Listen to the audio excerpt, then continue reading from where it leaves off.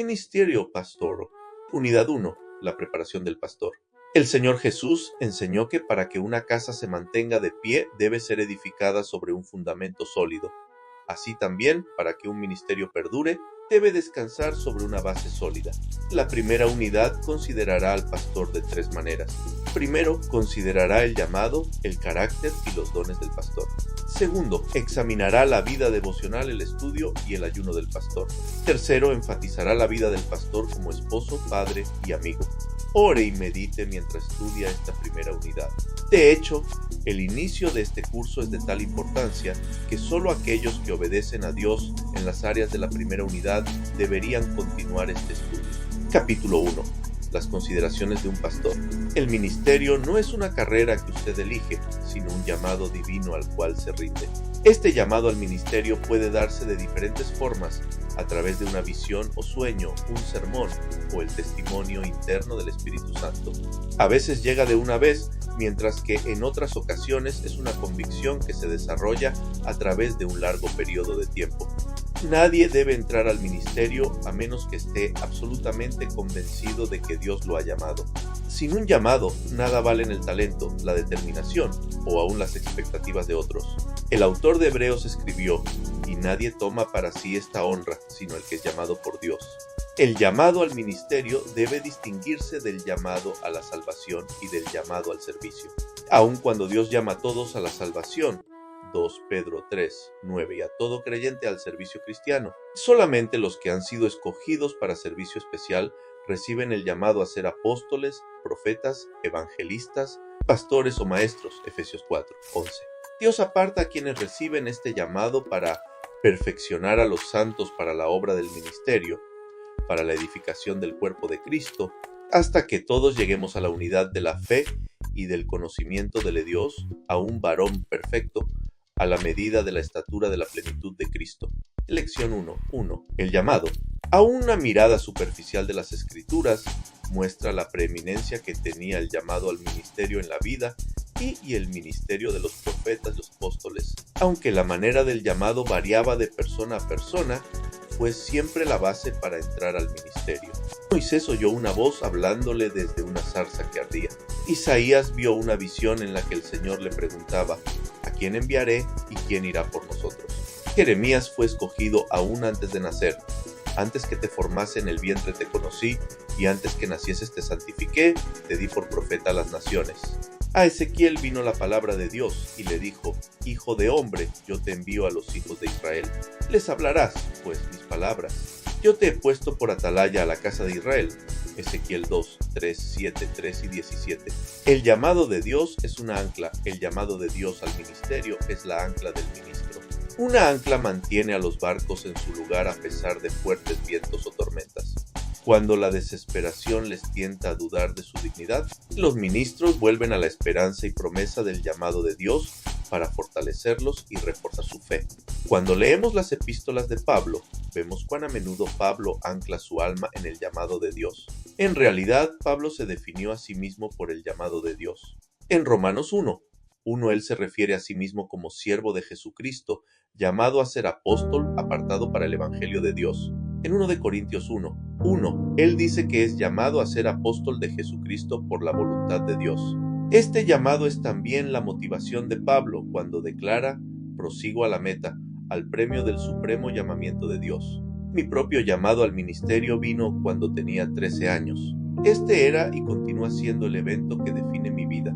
Estaba orando solo, arrodillado entre la primera y segunda banca de la Iglesia Asamblea de Dios de South Houston. Podía oír música suave y personas que oraban. No hubo una visión o una voz, pero aún así nunca he dudado que en ese momento Dios me llamó. Esa tarde de un domingo en 1960, entregué mi vida sin condiciones a la voluntad de Dios. Más tarde, cuando estaba en casa, le dije a mi padre lo que me ha pasado. Después de afirmar la validez de mi experiencia, él me animó a que dejáramos esto entre nosotros dos, pues no había razón de anunciarlo hasta que estuviera listo para comenzar a predicar. Tomé el consejo de mi padre con una fe ciega, pero ahora, después de muchos años, me doy cuenta de su sabiduría. El no revelar mi llamado a otros me dio la libertad para confirmarlo.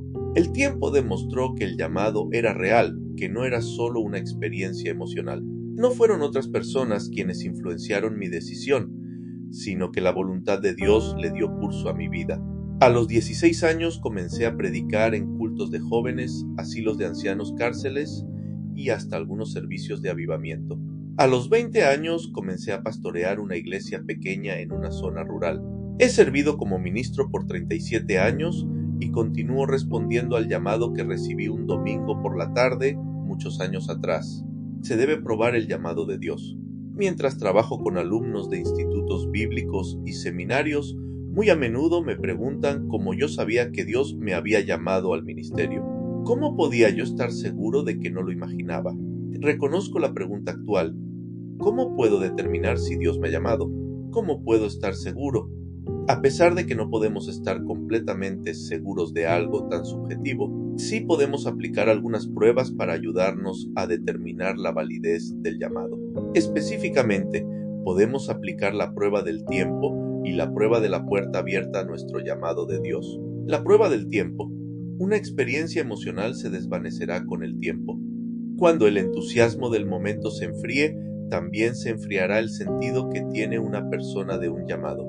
Por otra parte, un llamado genuino al ministerio se intensificará. El autor y predicador David Wilkerson escribe: el llamado de Dios se adherirá a usted, tomará control y posesión de todo su ser. Lo que no es de Dios morirá, perderá interés. Pero el plan de Dios nunca muere. Lo que Dios quiere que haga se hará cada día más intenso en sus pensamientos y oraciones y en sus planes. Crecerá y crecerá. La prueba de la puerta. Si Dios verdaderamente lo ha llamado al ministerio, le abrirá el camino. Él abrirá una puerta de oportunidad. La primera puerta probablemente sea una oportunidad de trabajar como voluntario en su iglesia local. Si usted es fiel en cosas pequeñas, entonces Dios le abrirá una puerta más grande. Luego, Dios puede abrir puertas para que usted asista a un instituto bíblico o un seminario para prepararse para el ministerio. Finalmente, Dios abrirá una puerta para dedicarse a tiempo completo a la obra del ministerio. Si todas las puertas están cerradas para usted, sería sabio reconsiderar el llamado. Por supuesto, una puerta cerrada no significa que el llamado no ha sido genuino, pero es una clara indicación de que se requiere de oración y de un examen personal interior. Es muy posible que haya algunos aspectos espirituales que deba solucionar antes de estar preparado para el ministerio, o puede ser simplemente un asunto de tiempo. Ahora no significa necesariamente nunca. Esperar a que Dios abra una puerta puede ser algo difícil, especialmente si le parece que otros están avanzando en el ministerio mientras usted se queda atrás. Sin embargo, abrir una puerta a la fuerza no será una decisión sabia y probablemente lo lamentará después. Adelantarse a los planes de Dios es arriesgar mucho, tanto para usted como para aquellos a los que ha sido llamado a servir. Caminar con Dios significa caminar al paso de Él, no muy rápido ni muy lento. Caminar al paso de Dios nos mantiene junto a Él. Considere lo que le sucedió a Moisés. Contrariamente a la creencia popular, el primer llamado a Moisés no ocurrió cuando tenía 80 años y se encontraba cuidando ovejas en el desierto. Su primer llamado vino cuando era un príncipe en el palacio de Faraón. Aun cuando la Biblia no nos da un relato directo de su llamado original, tanto Esteban como el escritor del libro de Hebreos se refieren a esto. Moisés tenía un conocimiento interior de que su destino era con el pueblo de Dios. Esta seguridad interior, ese sentido de destino, llegó a ser su llamado. La mayoría de la gente recibe un llamado semejante al primer llamado de Moisés, no a su experiencia de la zarza ardiendo. Son muy pocos los que oirán una voz o tendrán una visión. Usualmente, Dios habla a la gente a través del testimonio del Espíritu Santo o de un creciente deseo de llegar a ser un ministro. Cualquiera sea el modo en que Dios hable, será igualmente válido. Para Moisés no era fácil renunciar a sus privilegios de palacio e identificarse con los esclavos hebreos. Fue enseñado en toda la sabiduría de los egipcios y era poderoso en sus palabras y obras. Imagínese cuántas noches habrá pasado despierto, luchando con su conciencia. ¿Qué derecho tenía él de disfrutar de riquezas, poder y conocimiento, mientras su gente sufría siendo esclava? Por otra parte, puede haber razonado que un hombre no podía hacer mucho estando solo. Esta disyuntiva debe haber sido un gran peso para él, pero poco a poco llegó a comprender que el propósito de su instrucción no era el beneficio personal, sino capacitarlo para liberar a su gente. Su llamado probablemente comenzó como un sentimiento de inquietud, pero con el paso del tiempo creció hasta llegar a ser una pasión que lo impulsaba a actuar. Esteban describe lo que sucedió entonces. Cuando hubo cumplido la edad de 40 años, le vino al corazón visitar a sus hermanos, los hijos de Israel. Y al ver a uno que era maltratado, lo defendió, e hiriendo al egipcio, vengó al oprimido. Pero él pensaba que sus hermanos comprenderían que Dios les daría libertad por mano suya. Mas ellos no lo habían entendido así. El día siguiente se presentó a unos de ellos que reñían, y los ponía en paz, diciendo: «Varones, hermanos sois, ¿por qué os maltratáis el uno al otro?». Entonces el que maltrataba a su prójimo le rechazó, diciendo: «¿Quién te ha puesto por gobernante y juez sobre nosotros? ¿Quieres tú matarme, como mataste ayer al egipcio?».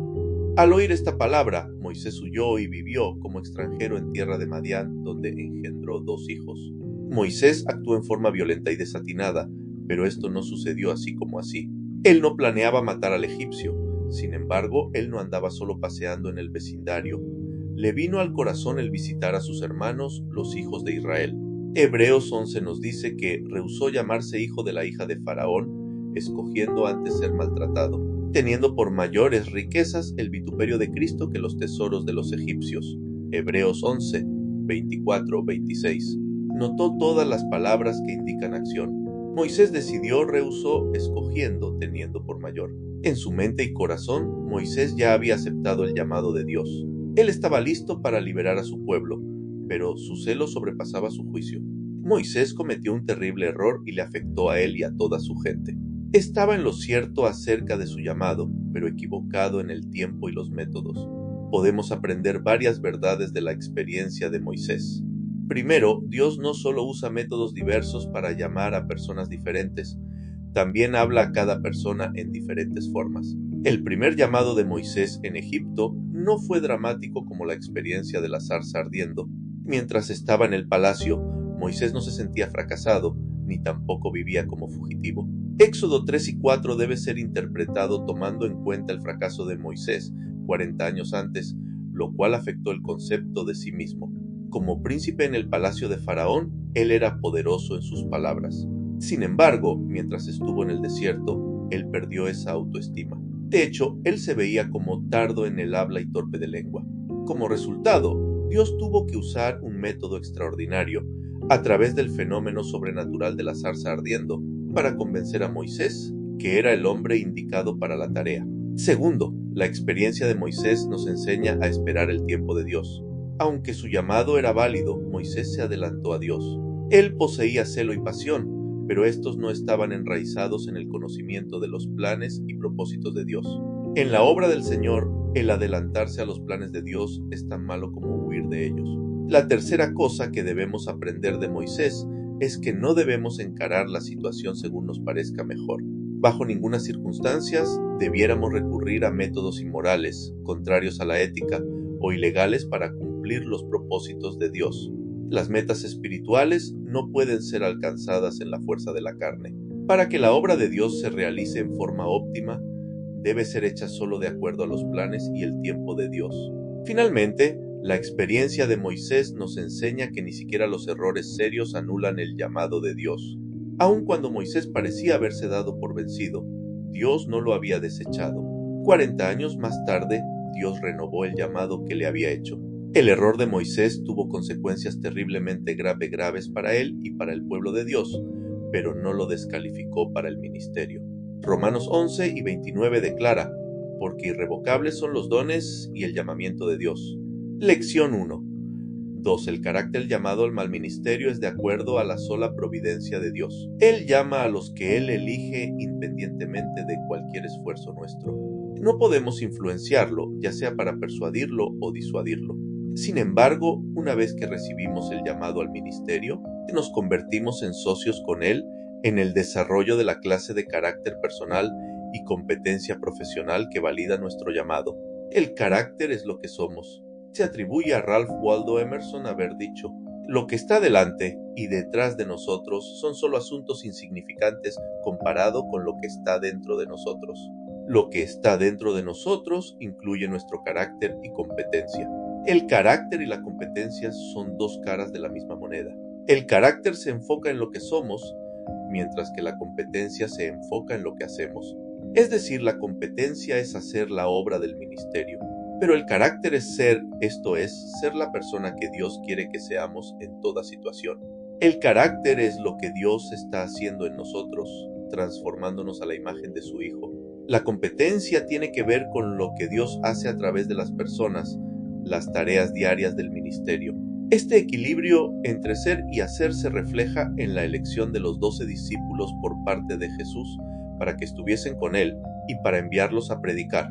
Así como esos discípulos, nuestro carácter se desarrolla mientras pasamos tiempo con el Señor, y nuestra competencia se perfecciona mientras servimos al Señor. En 1 Timoteo 3, 2-7, Pablo declara varias cosas que un ministro debe ser. Irreprensible, marido de una sola mujer. Sobrio, prudente, decoroso, hospedador. Apto para enseñar, no dado al vino. No pendenciero, sino amable. Apacible, no codicioso de ganancias deshonestas. No avaro, que gobierna bien su casa, no un neófito. Que tenga buen testimonio. Cuando pienso en un hombre de buen carácter, mis pensamientos siempre se vuelven a mi tío Ernie, conocido por la gente como el Reverendo E. C. Phillips. Probablemente usted nunca haya escuchado de él porque él no fue un gran hombre de acuerdo a las ideas de la sociedad. Tío Ernie nunca fue pastor de una iglesia grande, ni tampoco escribió un libro. Su nombre no fue famoso. Sin embargo, él fue un hombre especial que vivió en un tiempo en que un ministro era catalogado de acuerdo a su carácter y no su carisma. Conocerlo mejor permitía apreciarlo más. La mayor parte de su vida él pastoreó pequeñas iglesias rurales. Aunque sus congregaciones lo amaban, ellos simplemente no tenían los recursos para sostener un pastor. Sin embargo, él tenía mucha energía y era una especie de empresario, de modo que se las arreglaba para tener con qué vivir. Durante cierto tiempo trabajó en una estación de servicio para vehículos, realizó empaque de mercaderías, crió caballos a palosa o fue pintor de casas. Sin embargo, el primer amor de tío Ernie era el ministerio y nadie que lo conociera podía dudar de ello. Para él, los otros trabajos eran como para Pablo, era el hacer tiendas, una manera de proveer para sus necesidades. A primera vista, la vida de mi tío puede haberse visto insignificante, pero tiene gran valor eterno. Solamente Dios sabe cuántas personas recibieron a Jesús como su Salvador, como resultado del testimonio de tío Ernie. ¿Y quién puede decir cuál es el valor de una sola alma? Aunque ya falleció hace años, su ministerio vive en la vida de otros. Por ejemplo, él tuvo una profunda influencia en la decisión de mi hermano Don a convertirse en misionero. Otro sobrino, Orville Stewart, es pastor. El ministerio del tío Ernie también vive en mí. Comencé mi ministerio con él, predicando en todas las iglesias en que él fue pastor. Siempre lo recuerdo como un amigo especial y mi primer consejero espiritual. El carácter del tío Ernie lo hizo especial. En 50 años de ministerio, nadie cuestionó su integridad. Hubo una ocasión en que hizo una mala maniobra financiera y necesitaba pagar su deuda. Para esto, dejó el ministerio temporalmente y se dedicó a trabajar. Él pudo evitar pagar esa deuda si se declaraba en quiebra, pero no quería afectar a la iglesia. ¿Qué diferente fue él de esos ministros que valoran la imagen por sobre todo lo demás? Algunos pastores se preocupan de su apariencia y quieren vestir las mejores ropas, conducir el auto apropiado, relacionarse con los más reconocidos líderes y pastorear la iglesia más numerosa. No me malentienda. Vestir bien, estar en el liderazgo y construir las más grandes iglesias pueden ser buenas cosas, si vienen por tener un ministerio basado en la integridad. El tío Ernie valoraba la integridad y la congruencia. Lo que él aparentaba ser y lo que realmente era tenían que ser una y la misma cosa. Para él, el carácter era más importante que la imagen. Esto debiera ser cierto para todos los ministros. John Wooden, que fue entrenador del equipo de baloncesto de UCLA, lo expresó de este modo: preocúpate más de tu carácter que de tu reputación. Tu carácter es lo que realmente eres, mientras que tu reputación es lo que la gente piensa que eres. El carácter es fácilmente comprendido. El carácter piadoso no es complicado. Exige que una persona valore a los demás antes que a sí mismo. Tal perspectiva incluye los siguientes atributos: elegir vivir modestamente y evitar deudas, perdonar a otros como Dios lo ha perdonado, ser honestos, amar al prójimo como a sí mismo, proveer, amar y honrar a la familia. Instruir a los hijos de uno en el camino del Señor. Honrar a Dios en todas las cosas. Pablo sabía la importancia del carácter. Él instó al joven ministro Timoteo: sino sé ejemplo de los creyentes en palabra, conducta, amor, espíritu, fe y pureza. Ocúpate en estas cosas, permanece en ellas, para que tu aprovechamiento sea manifiesto a todos. Ten cuidado de ti mismo y de la doctrina, persiste en ello, pues haciendo esto, te salvarás a ti mismo y a los que te oyeren. El mal carácter arruina el ministerio y el testimonio de un creyente. Cuando los creyentes no trabajan con el Espíritu Santo para desarrollar un carácter piadoso, solo es asunto de tiempo para que se traicionen a sí mismos y la confianza que otros han puesto en ellos. Por ejemplo, un miembro del personal de una iglesia en Colorado fue encarcelado en mayo de 1986 por haber desfalcado una gran suma de dinero de su iglesia por un periodo prolongado de tiempo. Cuando supe de este delito, recuerdo haber pensado: ¿cómo puede un ministro hacer algo así? Podría ser fácil concluir que este hombre no era como la mayoría de los ministros, que era un hombre falso y malvado que había pretendido ser un ministro. Mientras que esto explicaba muy fácilmente su pecado, los hechos no apoyaban mi conclusión. Más probable era que este fuera un hombre sincero que tenía debilidades como todos las tenemos. En algún momento de su ministerio, él tomó una mala decisión, que al momento pareció ser cosa insignificante. Quizás mintió acerca de sus gastos personales o no fue honesto en su declaración de impuestos. O puede ser que tomó prestada una cantidad pequeña de dinero de la iglesia con la intención de regresarlo y nunca lo hizo. Con el pasar del tiempo, no hizo caso del peso de su conciencia. Si Satanás le hubiera tentado a robar una gran suma de dinero de una vez, quizás no lo hubiera hecho. Sin duda el ministro se consideró a sí mismo como un hombre honesto y no pudo reconciliar un robo tan grande con esa imagen. Así que Satanás lo tentó con cantidades pequeñas, $20 un día o $50 otro día. El hombre muy probablemente se convenció de que era un préstamo. Es decir, estoy seguro que este ministro no planeaba robar. Después de todo, si un hombre quisiera robar dinero, hay muchos lugares más lucrativos que una pequeña iglesia rural. Parece probable que este ministro entrara a este pecado por una transacción pequeña a la vez. En algún momento le abrió el corazón al enemigo y pronto se encontró más profundo de lo que hubiera querido estar. Cuando renunció, el ministro le dijo a su congregación que no tenía una idea de cuánto era lo que había robado. El pecado de robar se había hecho un hábito. La mayoría de los fracasos espirituales comienza con pequeños pasos de desobediencia. Estos fracasos no parecen importar verdaderamente en el momento. Sin embargo, cada paso, no importa cuán pequeño, es como una grieta en el muro del alma. La maldad se infiltra a través de cada grieta y comienza a destruir los fundamentos del carácter. Gradualmente la voluntad espiritual de una persona se debilita y cuando la tentación viene, no es capaz de resistirla. Quien no discierne puede creer que la crisis final fue la que hizo caer a la persona, pero en realidad fue la desobediencia lo que destruyó su carácter espiritual desde el interior. Asimismo, cada acto de obediencia, no importa cuán pequeño, edifica el fundamento del carácter espiritual de una persona. Cuando los creyentes perseveran en obediencia, su carácter se edifica. Luego, cuando viene una tentación grande, esta persona está preparada y podrá resistir, debido a que pudo ser fiel en crisis menores. La belleza, la juventud, la fama y las riquezas se acabarán, pero el carácter permanece para siempre. Dallas Willard escribe: un exitoso desempeño en un momento de crisis depende mayormente y esencialmente en las profundidades de una persona preparada, sabia y rigurosamente en la totalidad de su ser, mente y cuerpo. Y el desarrollo del carácter está en el corazón mismo de esa preparación. Lección 1.3. Los dones. Un carácter piadoso nos prepara espiritual y emocionalmente para el ministerio, pero no nos proporciona las habilidades necesarias para ministrar con eficacia. La Biblia se refiere a estas habilidades como dones, teniendo diferentes dones, según la gracia que nos es dada. Pablo nos da una lista de estos dones como sigue: profecía, servicio, enseñanza, exhortación, repartir, presidir, hacer misericordia. Por cuanto es Dios el que da estos dones, no podemos enorgullecernos de ellos. Sin embargo, somos responsables de lo que hacemos con ellos.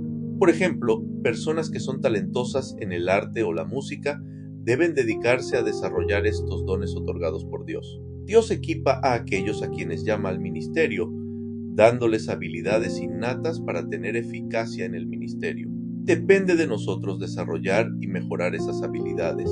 Si no lo hacemos, nuestro ministerio puede estancarse en la mediocridad.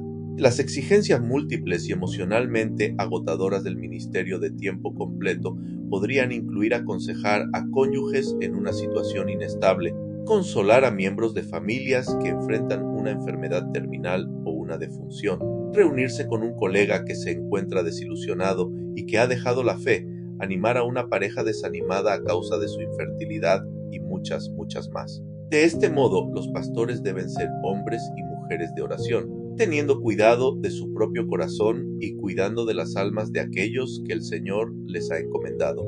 Sus semanas están repletas con reuniones de personal y de consejo, detalles administrativos, exigencias cívicas, visitas al hospital, asesoramiento, pequeños problemas, bodas, funerales y una serie continua de urgencias. En alguna parte, de algún modo, en medio de todo, deben encontrar tiempo para prepararse y para preparar sus mensajes para cada servicio. En su calidad de líderes espirituales de sus congregaciones, los pastores son responsables de recibir y cumplir la visión dada por Dios para el cuerpo. Y esas son solamente las responsabilidades relacionadas con la iglesia. Los pastores también deben tener tiempo para nutrir y sostener a sus familias. Aun cuando el peso del ministerio es enorme, es la amplitud del ministerio lo que resulta más desafiante e intimidante para la mayoría de los ministros. Ellos están plenamente expectantes de trabajo, pero encuentran que hay tareas tan diversas que requieren habilidades muy diferentes. En la actualidad, un pastor debe ser un buen administrador, gerente, consejero, pastor, líder espiritual, predicador, maestro y una persona de oración. Pocos de nosotros tienen dones en todas estas áreas así. ¿Qué podemos hacer? Reconozca sus fortalezas. Reconocer nuestras fortalezas y edificar sobre ellas es el primer paso para enfrentar las demandas del ministerio pastoral. Muchos de nosotros somos tentados a dar énfasis a nuestras debilidades para mejorar las áreas en que somos menos dotados. Como resultado, no damos importancia a lo que son los puntos fuertes y así limitamos la eficacia en el ministerio. Una segunda y tal vez más devastadora consecuencia de esto es una creciente frustración con el ministerio. En otras palabras, no solamente nos hallamos trabajando duramente para ser eficaces en las áreas en donde somos menos dotados, sino que también experimentamos un retroceso. Debido a esto, en vez de que el ministerio nos renueve, a menudo nos agota. Bill Hybels es un ministro conocido internacionalmente, con múltiples talentos y con un ministerio altamente eficaz. No solamente es el pastor fundador de la iglesia Willow Creek Community, sino que es también un orador muy solicitado para retiros y conferencias en todo el mundo. Sin embargo, él experimentó una creciente frustración que ni el talento ni el éxito podían aliviar, y llegó al punto de pensar en dejar el ministerio. ¿Cómo es que él llegó a esta situación extrema de agotamiento, aun cuando una carga sumamente pesada de trabajo contribuyó a su agotamiento? La verdadera causa estaba relacionada con sus dones ministeriales. Los 3 dones sobresalientes de Bill, en orden de importancia, son liderazgo, evangelismo y enseñanza. Pero él había permitido que su ministerio tuviera estructurado de tal manera que dedicaba más tiempo y energía a la enseñanza, que lo debilita, que al liderazgo o evangelismo, que le conferían energía. Estaba resultando claro que si no aprendía a ministrar de un modo más consistente a lo que Dios lo había capacitado para que fuera, él estaba dirigiéndose a su propia destrucción. De alguna manera tenía que reordenar su ministerio para que dedicara menos tiempo a enseñar. Después de meses de mucha angustia, llegó a la conclusión que su única esperanza de sobrevivir en el ministerio era compartir la responsabilidad principal de enseñanza con otro ministro cuyo don principal era el de enseñanza. Ciertamente la idea iba totalmente en contra de todo lo que había sido su enseñanza respecto del ministerio pastoral, y los líderes cristianos a través del país le aconsejaron en contra de ella en los términos más fuertes posibles. Pero Bill sentía que no tenía otra opción. De la manera como él lo expresó, lo que estaba haciendo en el ministerio estaba destruyendo la obra de Dios en él. Tenía que encontrar una manera diferente de hacerlo. Ese método diferente de ministerio significó reconcentrar sus energías en los aspectos correspondientes a sus dones, sus puntos fuertes, que al mismo tiempo que trabajar en equipo con un ministro o ministros cuyas fortalezas fueran diferentes de las de él. Reconozca sus debilidades. El concepto de Bill Hybels nos dirige al segundo paso, edificar la competencia pastoral. Reconocer nuestras debilidades y componer un personal ministerial, un equipo de ministros laicos que puede compensar por ellas. No existe persona que pueda hacerlo todo, y mientras más pronto compremos esto, mejor será para la iglesia. No es debilidad sino sabiduría lo que lleva a un pastor a rodearse de eficientes equipos de trabajo. Ser un ministro hábil no significa dominar cada área que exige el ministerio. Más bien significa ser suficientemente sabio para componer un equipo balanceado para proveer con gran eficacia las muchas y diversas necesidades del cuerpo. La necesidad de desarrollar un equipo de ministerio no es nueva, ni es única para los pastores atareados de hoy en día. Moisés confrontó un problema muy semejante, aún en una más grande escala. Día tras día, mientras los israelitas estaban acampados en el desierto junto al monte Horeb, esperaban en filas desde el amanecer hasta el anochecer para hablar con él. Cada día era peor, hasta que todo lo que Moisés podía ver era un mar de rostros necesitados e impacientes. La presión y frustración se hicieron insoportables.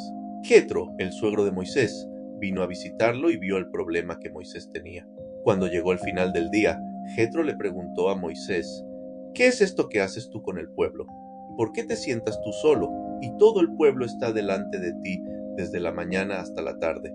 Moisés respondió de inmediato: porque el pueblo viene a mí para consultar a Dios, y declaro las ordenanzas de Dios y sus leyes. Su respuesta insinuó que sintiera como si nadie más estuviera calificado para ayudar a resolver los problemas de la gente. Puede ser que esto fuera cierto, pero no justificaba continuar de esta forma. Las cosas necesitaban cambiar. Jetro le respondió muy directamente: no está bien lo que haces. Desfallecerás del todo, tú y también este pueblo que está contigo, porque el trabajo es demasiado pesado para ti, no podrás hacerlo tú solo. Este principio es la misma palabra de Dios para los pastores de hoy. No trate de hacerlo todo. Es mucho para una sola persona y Dios no quiere que se agote. Dios nunca tuvo la intención de que el ministerio fuera un trabajo que alguien realiza solo. Lo diseñó como un esfuerzo de equipo, un ministerio compartido. La idea de compartir el ministerio es tanto una necesidad práctica como un mandato bíblico.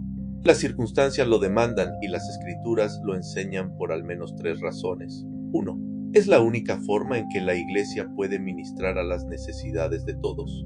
2. Es el único plan que permite al pastor desarrollar la calidad de ministerio que la iglesia espera. 3. Permite que las personas descubran y pongan en uso sus diferentes dones ministeriales. En Éxodo 18, miles de personas estaban en filas todo el día y regresaban a sus tiendas por la noche agotadas y desanimadas. Moisés no sabía qué hacer y la gente estaba frustrada y descontenta.